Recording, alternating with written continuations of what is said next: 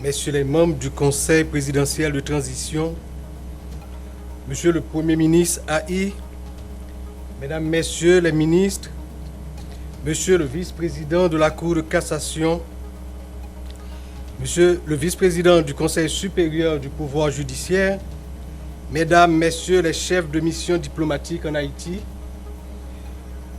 Madame la représentante du secrétaire général de l'ONU en Haïti, Mesdames, Messieurs les grands commis de l'État,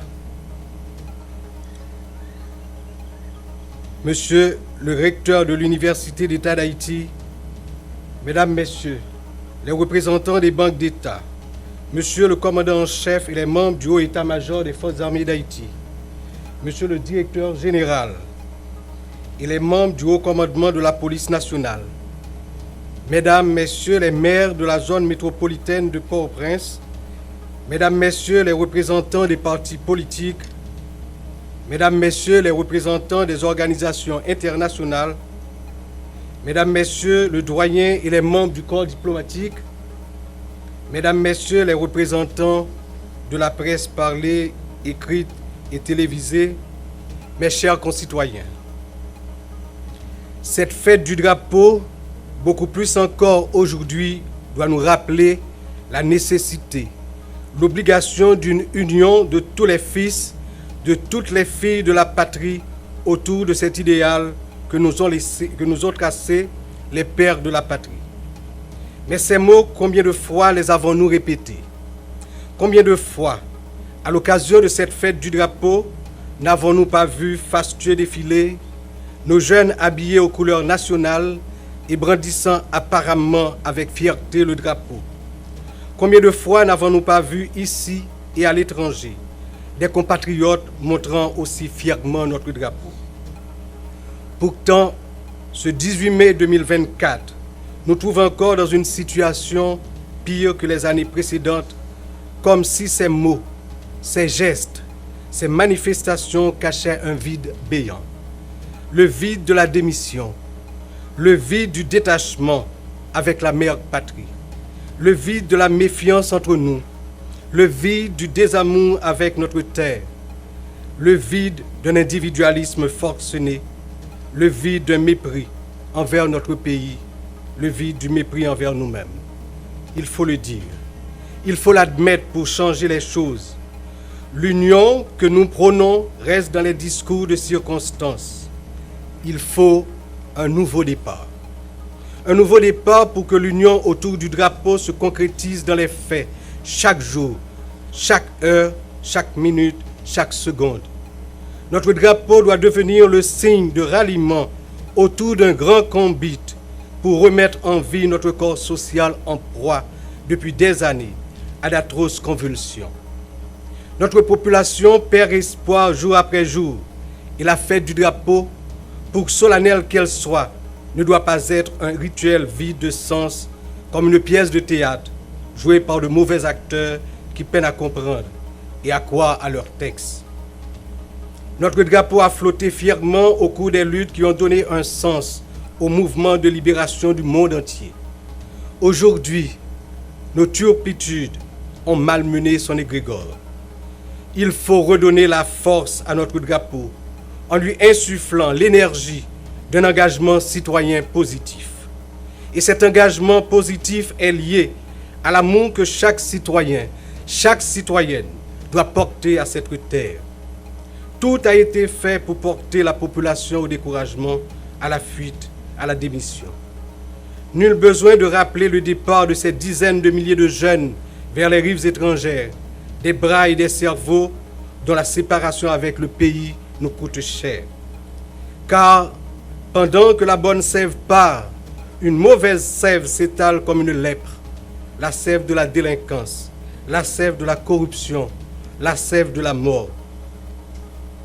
Ce n'est pas sans raison que la fête des enseignants, des enseignantes, précède celle du drapeau.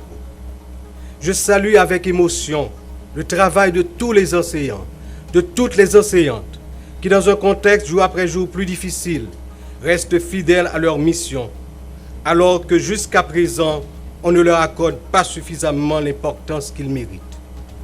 Nous parlons d'union pour cette fête du drapeau, mais l'union ne peut aboutir à de grandes réalisations que si elle rassemble des cerveaux, des âmes bien trempées aux sources du savoir, de la connaissance et de l'éthique.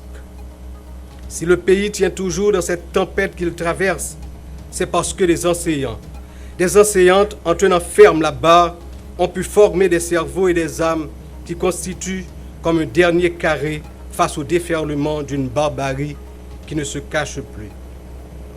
L'État doit au plus vite travailler à la revalorisation du métier d'enseignant et penser un système éducatif qui prend en compte nos réalités et nos besoins dans tous les domaines. Le drapeau, c'est avant tout l'éducation pour former des citoyens.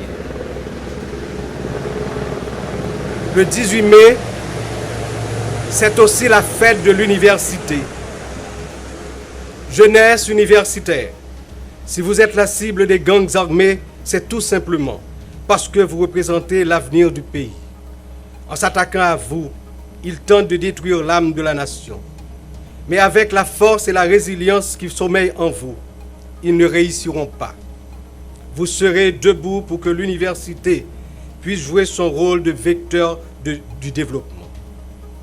Mesdames, Messieurs, le lien entre la fête du drapeau et celle de l'université a été argumenté par Louis Dantes Bellegarde, alors ministre de l'Instruction. Je cite, « Vous êtes la gardienne du drapeau, celle qui doit maintenir le flambeau patriotique et guider les jeunes du niveau primaire et secondaire. » Fin de citation. Je vous invite donc à être à la hauteur des circonstances pour parvenir à cette noble mission. Le drapeau, c'est aussi le symbole de notre souveraineté. Souveraineté qui ne peut être qu'un concept sans aucun sens si la sécurité n'est pas rétablie dans notre pays. Et l'insécurité est le pire ennemi de l'union et donc du drapeau. Un Premier ministre, c'est-à-dire un homme peut gravir le mont Everest pour lui-même, mais au sommet, il plante le drapeau de son pays. Le 18 mai, jour du drapeau, doit devenir à partir d'aujourd'hui une vraie fête de l'union et de l'engagement patriotique.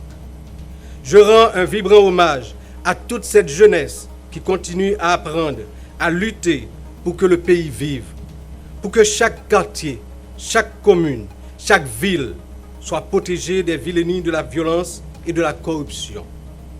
Je ne peux m'empêcher d'avoir aussi une pensée pour ces jeunes qui, plongés dans l'abandon et la misère, sont devenus la proie de ces démons qui ont toujours œuvré à la destruction de notre patrie. Tout cela pour rappeler la responsabilité des dirigeants, des dirigeantes de la nation envers la jeunesse dans toutes ses composantes sociales. Le politique est surtout et avant tout au service de la communauté. Empêtré dans nos pratiques traditionnelles, stériles et souvent suicidaires pour la nation, nous l'oublions.